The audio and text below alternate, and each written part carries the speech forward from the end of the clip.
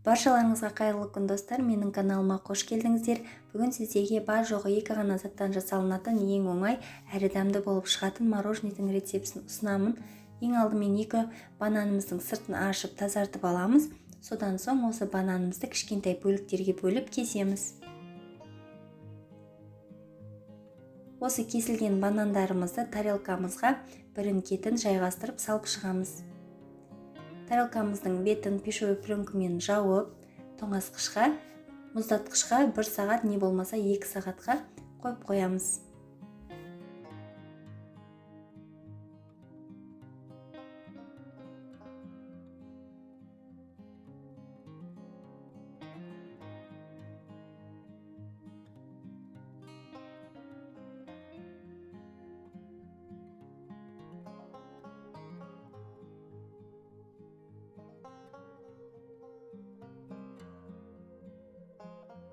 Достар, менде мұздатқышта 1,5 сағат тұрды.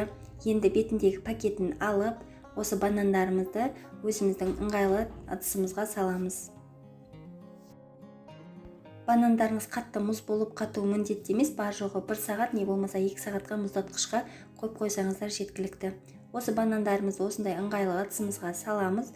Оның үстіне 1 йогурт саламыз. Мен клубникадан жасалған йогуртты қолданып жатырмын. Өзіңізге қалаған, ұнаған йогуртыңызды қолдансаңыздар болады.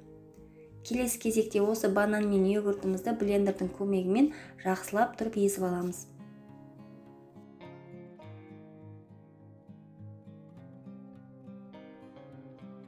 Көріп тұрғандарыңыздай бізде дайын болды. Енді осыны өзіңізге ыңғайлы ыдысымызға саламыз. Салып болғаннан соң бетін жауып, мұздатқышқа кем дегенде 3-3,5-4 сағатқа қойып қоямыз. Біздің мороженныйымыз қатуы қажет. Менде шамамен 4 сағат тұрды мұздатқышта. Көріп тұрғандарыңыздай формасını жақсы ұстады. Енді ыңғайлы тарелкамызға саламыз. Біздің мороженныйымыз дайын.